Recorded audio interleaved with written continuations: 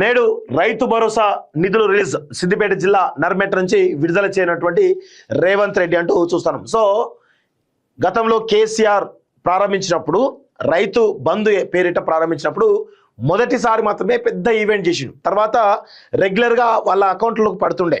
So ఇప్పుడు ప్రతి సంవత్సరం కూడా రైతు బంధు అనగానే ఒక కార్యక్రమం పెట్టేసి తానేదో గొప్ప చేసినట్టుగా కేసీఆర్ 5,000 ఇస్తే ఈయన 60,000 ఇస్తున్నాడు. పెద్ద పీకి పొడిచింది ఏం లేదు. 7,500 ఇస్తా అన్నటువంటి రేవంత్ రెడ్డి రైతులను నట్టేట ముంచేట విషయం చూస్తాను. నట్టేట ముంచడమే కాకుండా ఏమైనా సమయానికి ఏమన్నా ఇస్తున్నాడా డబ్బులు అంటే అది లేదు. డిసెంబర్లో ఇవ్వాల్సినటువంటి యాసంగి రైతు బంధు మార్చి అయిపోతా ఉంది. ఇప్పుడు కేవలం 1 ఎకరానికి మాత్రమే ఇస్తామని చెప్పేసి చెప్తున్నాడు. అంటే రైతులను నట్టేట ముంచుతూ ఎక్కడ కేసీఆర్కు క్రెడిట్ వస్తుందని చెప్పేసి రేవంత్ రెడ్డి నట్టేట ముంచుతున్నాడు. రైతులు మాత్రం అరే ఇప్పుడు పెన్షన్లు అయినా లేకపోతే రకరకాల స్కీమ్లు అయినా కానీ గతంలో కాంగ్రెస్ ప్రభుత్వం ఉన్నప్పుడే ఇప్పుడు అవి కొంత పెంచుకుంటూ పోతా ఉన్నారు. మీరు కూడా అదే ఇస్తున్నారు కదా. ఇక కేసీఆర్కి ఎక్కడ క్రెడిట్ వస్తుందని చెప్పేసి మీరు 7,500 ఇస్తా అని చెప్పేసి మోసం చేసి 6,000కే పరిమితం చేసి అది కూడా కొన్ని ఎకరాలకే పరిమితం చేసి ఈరోజు ఎక్కడ కేసీఆర్ క్రెడిట్ వస్తుందని చెప్పేసి రైతు బంధు మొత్తాన్ని కూడా నిర్వీర్యం చేసే దిశగా రేవంత్ రెడ్డి పెద్ద కుట్ర పన్నుతున్నాడు. ఇది తెలంగాణ సమాజం గమనించాల్సిన అవసరం అయితే ఉంటుంది. ఎందుకంటే యాసంగి అయిపోతా ఉంది. ఇప్పుడు డిసెంబర్లో వేయాల్సినటువంటి యాసంగి రైతు బంధు ఇప్పుడు ఇస్తున్నాడు. అంటే ఎక్కడికక్కడ ఇది పెద్ద కుట్ర. రైతు భరోసాను ఎత్తేసేటువంటి రైతు బంధును ఎత్తేసేటువంటి భారీ కుట్ర చేస్తున్నాడు రేవంత్ రెడ్డి అనేది చాలా స్పష్టంగా గుర్తుపెట్టుకోవాలి.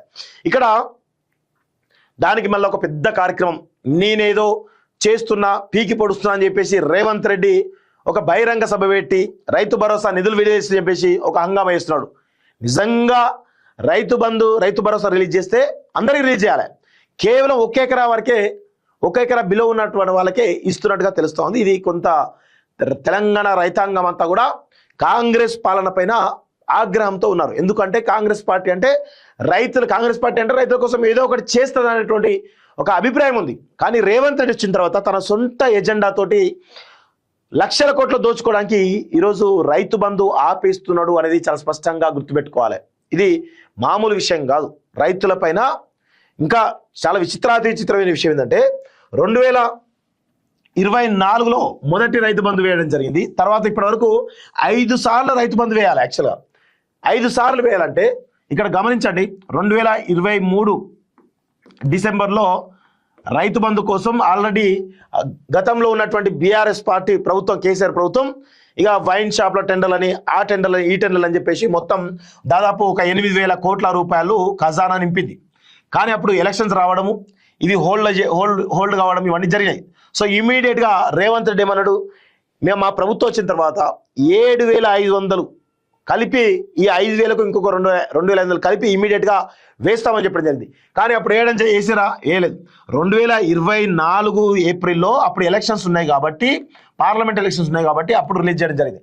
దాని తర్వాత ఇప్పటి వరకు 5 సార్లు అంటే సంవత్సరానికి 2 సార్లు అంటే 5 సార్లు రైతు బంధు వేయాల్సింది కేవలం 3 సార్లే వేసి తప్పించుకునేటువంటి ప్రయత్నం చేసిండు రేవంత్ రెడ్డి. సో అది కూడా సంవత్సరానికి 15,000 ఇస్తా ఉన్నారు. అంటే సీజన్కు 7,500 రూపాయలు ఇవ్వాలి.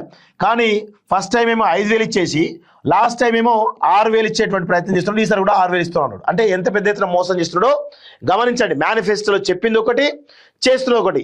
ప్రతి మేనిఫెస్టోలో ఉన్నటువంటి ప్రతి అంశం కూడా ఇదే విధంగా ప్రజలను మోసం చేస్తున్నాడు.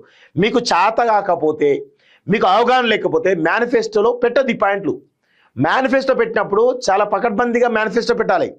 కానీ ఇష్టారీతిన ప్రజలు నమ్మే విధంగా, మోసం చేసే విధంగా, మభ్యపెట్టే విధంగా ఈరోజు ప్రజలకు ఒక మేనిఫెస్టో రిలీజ్ చేసి మేనిఫెస్టోతో కాకుండా మీ సొంత ఎజెండాను రుద్దేటువంటి ప్రయత్నం చేస్తున్నారు. ఎంత దుర్మార్గము చూడండి. రైతాంగాన్ని నట్టేట ముంచేటువంటి ప్రయత్నం రేవంత్ రెడ్డి పెద్ద ఎత్తున కుట్ర చేస్తున్నాడు. రైతు భరోసాను ఎత్తివేసేటువంటి ఒక భారీ కుట్ర చేస్తున్నాడు. తెలంగాణ రైతాంగం అంతా కూడా గుర్తుపెట్టుకోవాలని చెప్పేసి కూడా ఈరోజు కోరుతా ఉన్నాం మీ మిత్రులారా.